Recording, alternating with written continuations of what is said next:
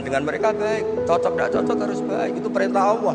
Jangan yang cocok di kita membebek, nggak punya prinsip, nggak punya ideologi. Saya diundang di sini, kalau nuruti nafsu saya tidak cocok, kiai kok diatur-atur. Tapi perintah Allah disuruh hormati kawan, kata Rasulullah di sebuah hadis, inna min abaril birri silatar rajul ahla wuddi abih. Kebaikan tertinggi itu adalah berkawan baik sama teman bapaknya. Saya ini dekat sekali sama Profesor Zaini Tahlan, sehingga harus hormati putrinya. Sebetulnya wajib hormat itu dosen UGM, kalau enggak dipecat kan. Tapi saya punya konstitusi sendiri. Jadi kalau hidup kamu sudah bertautan dengan Allah, semuanya indah. Maka yu'minu billahi wal yaumil akhir falyukrim jarahu. Kalau kamu iman sama Allah dan Rasul, hormati tetangga kamu. Bukan pakai hukum sosial, kalau baik saya baiki, kalau enggak. Berarti Anda terdikte oleh makhluk. Terdiktelah oleh Allah Subhanahu wa taala yang suruh supaya kita selalu baik. Nabi mencontohkan ada 3 tetangga. Satu punya 3 hak, yaitu dia muslim, dia kerabat kamu, dia tetangga kamu. Yang 2 punya 2 hak, dia muslim, dia tetangga kamu, tapi tidak keluarga kamu. Yang 1 punya 1 hak, dia tidak muslim, tidak kerabat, tapi itu tetangga kamu, yaitu non muslim, juga harus baik. Suatu saat Khalilur Rahman Ibrahim ditemani orang Majusi, umurnya 70 tahun. Cerita ini ada di Ihya, di Ar-Risalah Al-Qushairiyah.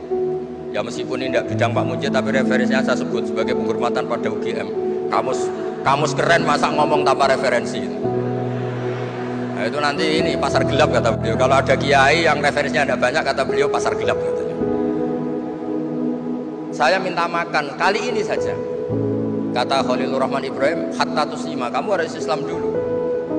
Terus orang ini putus asa. Wallah itu sudah pulang. Setelah sekian meter sama Nabi Ibrahim, sama Allah, Nabi Ibrahim dikasih wahyu. Ya Ibrahim, kamu tidak mau ngasih makan orang itu meskipun hanya 1 hari? Tidak, karena dia masih kafir non muslim. Ut'imuhu ala kufri sab'ina sanatan. Itu orang sudah umur 70 tahun, tidak pernah kelaparan. Sayang Tuhan saja ngasih makan, kamu manusia tidak mau.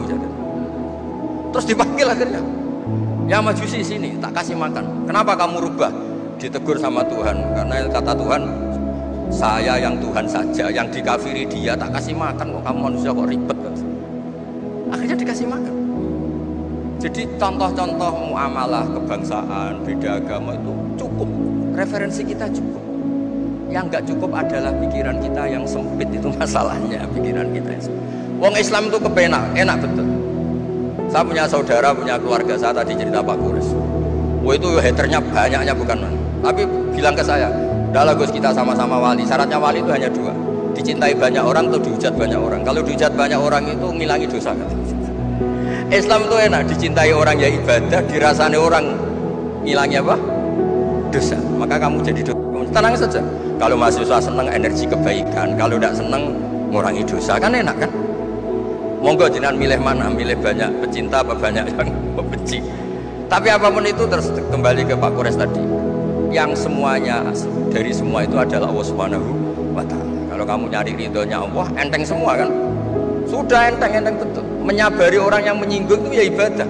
La takhtob faradda miraron faqala la takhtob. Tersinggung enggak marah itu ibadah. Wal kadhiminal ghaidh. Jadi itulah yang harus kita latih, saya itu sering ijtihad ya, bukan dengan makna yang mutlak ijtihad biasa. Saya ini termasuk kiai yang susah diundang. Saya datang ke sini bukan sebagai UGM, Wafa itu putra dari Profesor Zaini. Jadi jangan GR Pak Munjid kalau saya diundang UGM terus Pak Jumawa diundang, biasa aja. Biasanya bukan karena meremehkan UGM, enggak. Memang ada aturannya. Kiai itu kan ya jaga hatinya. Jangan-jangan diundang UGM mari takabur. Kan ya kita mikir, kalau nggak mau jangan-jangan takabur, diundang kok nggak mau kan ya mikir. Ini cerita Pak Kores, ini kisah nyata. Saya tuh pernah diterima kasih kiai kecil. Gus matur nuwun Gus jenengan nggak datang. Oh iya. Kalau di dunia kiai itu kiai kecil kan diundang acara-acara kecil ya, kira-kira salam tempel erong atau sewu lah kira-kira gitu. Gara-gara saya tidak datang dia lakon itu ya lakon dia yang disalami tempel, yang dicium. Wah itu kalau jenengan datang saya mahjub, saya itu gak kanggo gitu.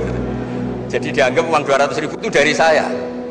Ternyata menghadiri acara kecil itu tidak solusi juga. Kalau kita kiai besar datang ke acara kecil, ini namanya menghentikan rezekinya yang kecil. Itu ibarat toko besar dekat kelontong kecil gitu. Tapi kalau tidak datang, sombong betul setelah kiai besar diundang yang kecil nggak mau. Nah itu namanya istihad. Istihad itu satu pemikiran yang tadi yang diceritakan Mas Haji tadi. Mau tidak mau kita secara sosial itu berdebat. Sebaiknya kita ini merakyat apa enggak? Kalau merakyat dengan tema-tema rakyat, urusannya makan, mungkin kita ada jadi negara maju. Tapi kalau terlalu tema-tema besar, jangan-jangan lupa ngasih makan. Ya sudah, itu istihad.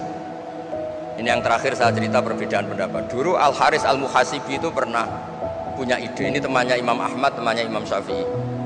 Ya Imam Ahmad saya mau ngarang buku tentang menolak faham-faham Mu'tazilah, faham-faham yang nggak benar. Menurut Anda gimana? Jawabannya lucu. Jangan katanya. Kenapa?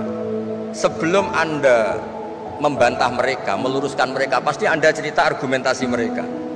Ketika cerita argumentasi mereka, jangan-jangan mereka lebih tertarik argumentasinya Mu'tazilah daripada argumentasi Anda.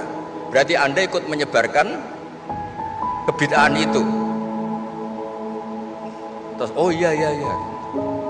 Nah ini mohon maaf ini mahasiswa UGM yang masih muda-muda ini. Misalnya rektorat bikin pengumuman, nyun sewu ada gambar yang seronok, yang menarik. Terus ditulisi gini, jangan lihat ini bahaya. Orang lihat tulisan jangannya apa ngelihat gambarnya? Nah, tidak semua kebaikan disebarkan itu baik karena ini ada hitung-hitungannya. Saya sebagai ulama ahli sunnah misalnya, tahu madhab Mu'tazilah, tahu madhab yang lain-lain itu dari cerita ulama itu.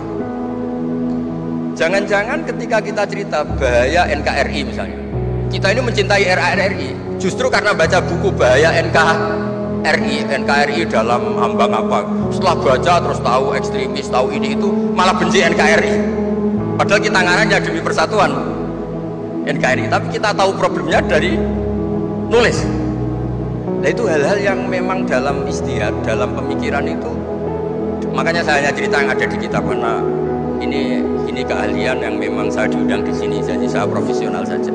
Jadi di bab-bab seperti itu memang kita pasti gampang berteman orang kecil katanya merakyat, ternyata memperbudak. Enak kan Anda misalnya Pak Mujid berteman kampungnya di Kebumen, dosen UGM tinggal nyuruh minta mijitin. Kalau berteman rektor disuruh-suruh kan. Nah ternyata tidak merakyat. Senang berteman orang bisa disuruh, gak siap berteman atasnya. Lah gak mau berteman atasnya katanya merakyat, ternyata karena hasud, karena gak jelas semua hidup ini gak jelas. Yang jelas hanya Allah Subhanahu wa taala. Makanya menurut ilmu tasawuf itu qulillah tsumma darhum fi khawdi ma'labun, sudahlah kembali ke Allah. Berteman orang kecil ya karena perintah Allah. Kalau karena perintah Allah pasti inginnya ikram, memuliakan. Berteman orang besar juga karena perintah Allah, supaya ada hasud, supaya Indonesia ada chaos.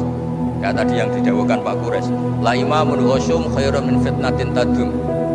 Imam yang dengan arti salah itu masih lebih baik ketimbang chaos. Karena kalau chaos lebih gak kebayang.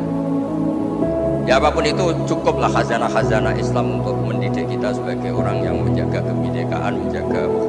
Ya, terima kasih.